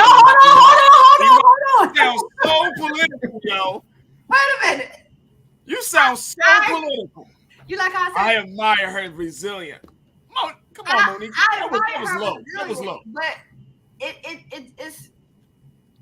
I'm trying to understand, like, why. Like, it's not really a safe space you're creating. I wish she wouldn't have did this, because I support her as a person and just her grind to be heard through all circumstances. But it's like with this one, like, you gotta know you touched a button that shouldn't have been touched. Are you saying that maybe DL Hughley doesn't, I don't know, provide a safe space for his children? Are you like, what story are you trying to spin? But like, why? The situation with the headline, who's headlining the show? This safe space you're trying to create isn't going to provide that answer. So it's like, wow, like, come on, Mo, come on. Please don't be this person. Come on, my babies. Come on, my babies. Come on, y'all, my loves. My loves. Yes, bring it in, my babies. No. I mean, look, I get it. You know what I'm saying? Like, Black women, y'all are the most disrespected people on the planet. I get it. Especially when it comes to your creativity, your talents. You are overlooked in so many different ways, right?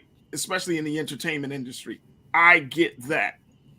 What I hate seeing Black people going to war with each other in a very, very public way, right? And contracts is one thing. Family trauma. There should be some boundaries. Some things should be off limits. That's off limits. Like that's his youngest daughter. Like the man said in his interview, and I had to talk to my wife about this. DL Hughley had to admit, he admitted, he didn't have to, but he admitted in an interview, folks, that his youngest daughter, let me share with you this quote. It blew me away. And I felt his pain. Because he was talking about Bill Cosby. He said, the reason it hit home to me is because my youngest daughter said something happened to her, and because it was somebody I liked, I didn't believe her. And I'll never get that moment back. I'm supposed to protect her, and I'll never get that back. That she told her father something, and he didn't do something about it because it was inconvenient.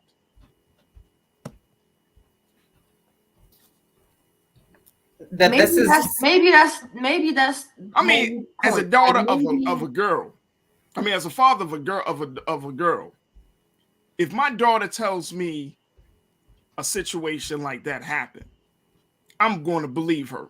You know what I'm saying? And it's hard that as a man, as a black man who has a father, who has a daughter, like, you know, he must have been crushed to not only admit that, but to find out that really happened, like that was actually true, like his daughter wasn't making a story.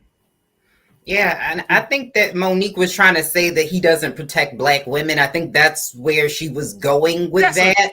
But I think that this is not how you do this. It does not equate to the two. And I think him even talking about it shows that he does want to rectify the wrong. Like, he admits that I was wrong in that situation, and that is something that should have never happened.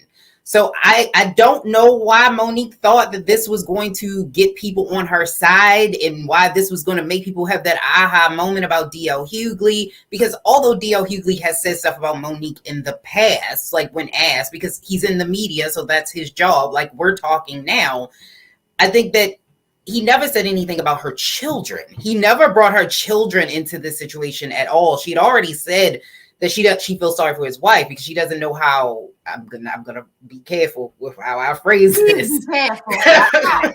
Right. Is with a coward. Let's just say that is with a coward.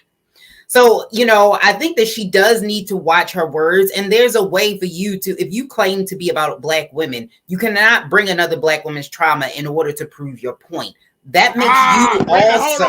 Hold up. Woo! Yes, sir. Tell it to the reality show stars. Right. You cannot. Yes, I agree with it. You just cannot do that. My trauma is not for your amusement or to prove a point for you. You are causing me more pain. You cannot be on the side and say that I am your champion and then hurt me at the same time. Damn. We cannot have that happen, Monique. This is unacceptable, and you should apologize publicly. You said it publicly, you should apologize publicly, because since you want the attention anyway, because I would have had this conversation with his daughters privately if I were going to have this conversation, but she wants to have it on air for whatever reason. So I am very disappointed. I am so disappointed in Monique at this point. I'm disappointed. Here's the thing, and his eldest daughter name is Ryan Nicole Shepherd. And in her post, where she blazed Monique, blazed her, folks. And it's such a long post, I'm not going to be able to read it. But one of the things she said was, "You now publicly disrespected my mother, who I love and care for very much, and my baby sister, who I love and care for very much, to get back at my father. At this point, I feel like you are asking my family and myself to act out of character."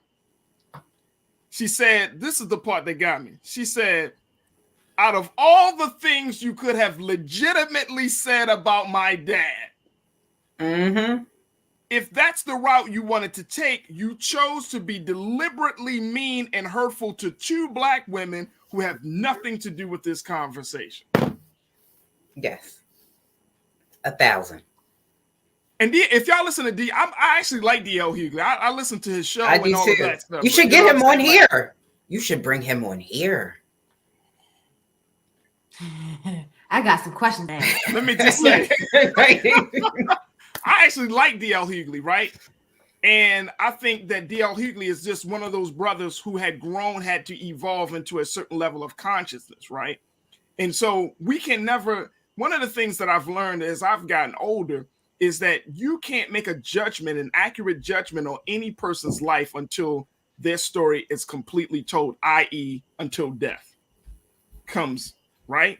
Because people change, people evolve, people over time, things happen that will force you and compel you to think differently about a person or a circumstance or something. So that's one of the things. But when Ryan Nicole said that, out of all the things you could have legitimately said, DL Hughley said he cheated. DL Hughley said he was a certain type of man. Like, he admits to all of these things. So I thought it was interesting. His eldest daughter is saying, you could have said a lot of bad, you could have legitimately said some stuff about my dad. I got this backfiring. I got it backfiring on her. Because now what you're saying, Farajii, how he has now evolved into this different person, a more mature person with different perspective. This may highlight how much, I'm not going to say better of a person, but just highlight how much he's grown in a positive way. Like, I really think this is going to, she tried to dig a hole for him, but she's now dug a hole even further for herself, because this is going to show how much he has grown. And as he's probably going to reiterate, if he does decide to have this conversation, that yes, I admitted to all of that in the past, but that's my past. I'm moving on forward, and Monique, you seem to be stuck in the past. So this is about this is about the fire back on Monique. Now, here's the thing, though. I agree with you. And at this point, it's like, Monique, why are you still trying to stoke the fire when you just got back into the good graces with your relationship with, was it Lee Daniels and Tyler Perry, right? This Lee Daniels. I don't know if Tyler Perry. She did say that Tyler Perry, she got Tyler Perry on a recording, said that he regrets treating her the way he did. Okay. But the point is, she's just kind of getting her mojo back. She's about to do some other stuff. She got some new projects that she's working on. Like, sister, why are you trying to do that? Like, and again, going back to it, hurt people, man. Like, sometimes you don't know you toxic until a circumstance. Like, you know what I'm saying? It's like if you're in a relationship, whether you're a man or woman, you might be like, man, she toxic, he toxic, right? But you keep, in every relationship, it just falls apart. It just explodes, right? After a while, you got to start asking, well, damn, are they all toxic? Or is it me? Is it me? Like, I'm toxic as fuck. Like, damn. Yeah, it's like when you smell something bad and you walk in a room, and then when you walk out the room, you still smelling it. It's like, after a while you go, is it me? Like you have to figure that out. And we have seen this happen time in and time again with Monique, with situations that kind of fall down. And she says the same thing everywhere she goes. And I know that a lot of people are saying, but hey, look, Monique has really stood up for Black women, and she's, really standing out. But my thing is, and I could be completely wrong, and tell me if I am, I don't know if I've ever heard her stand up for anyone but herself. Like, when she's saying I'm not getting paid, it was because she didn't get paid at Netflix. It wasn't that she came out again and said, hey, well, I'm going to come out and say that, Leslie Jones didn't get paid enough, or Wanda Sykes didn't. Right. I've never seen her do that. That is true. Yeah, I think that if you're going to be an advocate, you got to be an advocate for all, not just for yourself. I mean, that's just one of the things. But I think that, and I'm just saying, in the court of public opinion, like you know, I mean, when you are a celebrity, that yeah, a situation might be one way behind closed doors, but in the court of public opinion, if that situation comes across a certain way to the people as either a good thing or a bad thing, it's hard to sway public opinion. It's very, very hard to sway. That's in the court of public. That is the hardest court to present your case, because once we hear this and that and we put it together, we like, that person is terrible. That's it. That's really all. And then you could be like you could feed the poor. You can save babies from fires and all of that. If we don't see it, if nothing new has come up in the court of public opinion to prove that you are a better person, a changed person, guess what? We're just going to keep that one view about you. Is it fair? No. Is it right? No. But it's just the way the court of public opinion works. It's like you got to replace the old view with something new and better. And Monique, I think she was just she was just getting back into the graces of people. And I think she's going to lose a lot of black women women support and a lot of black folks support. I don't think people are going to come up. If she did a stand-up a special on Netflix within the next year, people are going to be like, oh, that's whatever.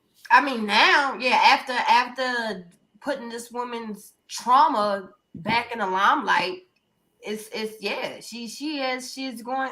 I hope not, but like you said, the court of public opinion, she's going to lose her support, especially from the African Americans. Like, she's not because I'm one of them, but she's going to. Yeah, I said the African American. I did it too. Right. So she just we know, and like we can't omit it because people already know she had some shots, some words for the big guy, Roland Martin. Mm-hmm. Didn't work out well. Did not work out well. You know what I'm saying? And that's what I'm saying. Like, you want to take shots at people. I think even 50 Cent weighed in on the whole controversy. He was like, you need to fix that. Now, when 50 Cent, King Petty himself, King is Provocateur himself, start to say, I think you need to handle that. I think you need to resolve this peacefully. Yeah, you went too far. Right. I mean, and what he told her was, because he's putting on BMF. That's one of her opportunities. And he told her, the best thing you can do to get back at somebody that you feel like have been wronged is to live a good life. To do good, do good. And I'm just like, really? 50? What? I don't know. The best friend said that. She said that. That's what she said. Well, and 50, of course, he gone through his battles with personalities and stuff. But the thing is that we just know that's part of his action. I don't think he doesn't care. I mean, he just doesn't care. That's the part. Like, he doesn't. He just doesn't care. He's just like, whatever. You know what I mean? I'm gonna sell vitamin water and I'm gonna do shows and I'm gonna move on. You know what I'm saying? But for her, I think she's trying so hard to get into this place of being like this voice for black women, which she can be. She's trying so hard, but it becomes so messy. Oh my God, it does. Messy. And it's unfortunate with her and DL Hughley, because really, I think DL handled it right. I'm not going to say this because I'm a bigger, if I'm being transparent, a bigger DL Hughley fan than I am a Monique fan. But I think that he handled it right, where he said the issue was with the promoters. Like, it wasn't for you to come out and put this on. Like, that was unnecessary. I know you were frustrated by this, but the issue is with the promoters. And that is where this should have stayed and not brought to the audience. I don't know why they didn't think. I thought the exact same thing when I read the story. I was like, well, why are y'all going back and forth? Why are you not talking to the people that putting the show on? Right. Get them. Like, why you give him a deal memo and give me a contract? Like, what we doing here? Because the math and the contract ain't contract. Oh, no, she wrote that contract. It came from her media company, her management company. Oh, that was her manager. Her, yes. And the plot thickens. Right. Look, I just think at the end of the day, when we look at not just that deal, but I'm always thinking about the human element of this. The little sister that was put on blast. I'm talking about his youngest daughter, the oldest daughter, Ryan, blasting Monique. Like, you got to do what you got to do with your family, man. Like, I'm not mad at the oldest daughter. No, not at all. Not mad at all. Because I would have done the same thing. Like, all right, sis, enough is enough. You going way too far. And if you start pulling up people's drama, hey, look, like she said, what you trying to do, force us to get out of character? You're in a day and age where people will run up on a stage and smack you in your face. Literally. And I mean, that's just the day and age. You traveling around the country, you making jokes, you making all these threats, you talking all this big talk. You don't. Everybody always believe they can never be caught slipping, as they say in the street, right? You can't catch me. Everybody can get got. Yeah, Mike Tyson said it best. Everybody think they can fight till they get hit in the face. And you last thing we need to see for the culture, two black women smacking on each other. Right. Or a black man and a black woman going back and forth. It's not good for the culture. It's not good for the culture, man. But it's hard being a black comedian today. It's hard being a black comedian. All right, Lise Weddy, host of Millennials Anonymous podcast. Thank you so much, Lise. Iman, I love the camera. I love the view. I love the sound that you got now. You see how upgraded? Her camera is crisp, baby. When I tell you crispy, right. You crisp. Your teeth are whiter, your skin is browner. Thank you so much. And your speech is just more pro-black. Thank you so much. That's what I'm here for. That's what I'm here for. Appreciate y'all for being so good for the culture. Folks, that's going to do it for us. Thank y'all for each and every one of you for being a part of the conversation. Make sure y'all show y'all support for Black Star Network. We went a little bit over time, but we got started a little bit late. But we thank you for riding with us every moment of this show. Make sure y'all show y'all support for BlackStarNetwork.com. Make sure you show your support for Black-owned media. We're unfiltered and unadulterated. And, of course, we are unapologetically Black, talking about the issues. More importantly, not just talking about the issues, but more importantly, we want to kind of pull the lessons so that we can learn something from these issues that we can hold on to so we can become better people. So certainly a big thing. Look, I'm keeping my eyes open on what's happening in California. If you are out there in California, Los Angeles, woo, boy, I can't wait to see what the end result of this election will be tonight. Oh, my goodness. So we're going to talk about that. Also, tomorrow, we're going to be checking in with the mayor of Beaumont, Texas. We're going to be talking to Madam Mayor Robin Montour about what's going on in Beaumont, Texas tomorrow. So we'll have that conversation. Thursday, I can just let you know that the January 6th hearing, first public hearing, will be kicking off 8 o'clock prime time. So on Thursday, we got to talk about what we saw on that faithful day, January 6, 2021. We'll have that conversation. And then Friday, we're going to have our love professional, Miss LaDawn Black, talk to us about this whole Lori Harvey, Michael B. Jordan situation, because there's more to just two people breaking up. Y'all know it is. Y'all know how I am. It's more to the story that I think that we can learn from. We can all learn from. So we'll have that conversation about love and relationships with her later on. So just giving you a breakdown of what the week is going to look like. Fantastic week. You don't want to miss a minute. And of course, we encourage you to stay tuned at 6 o'clock for Eastern Standard Time for our big brother. Ooh, my microphone there. Big brother Roland Martin is going to be checking in Eastern Standard Time. So make sure y'all tune into Roland Martin Unfiltered. As always, never be afraid to challenge what's wrong. Stand for what's right while being yourself in the process. God willing, we'll talk tomorrow for another exciting edition of The Culture right here on the Black Star Network. Talk to you soon. Peace.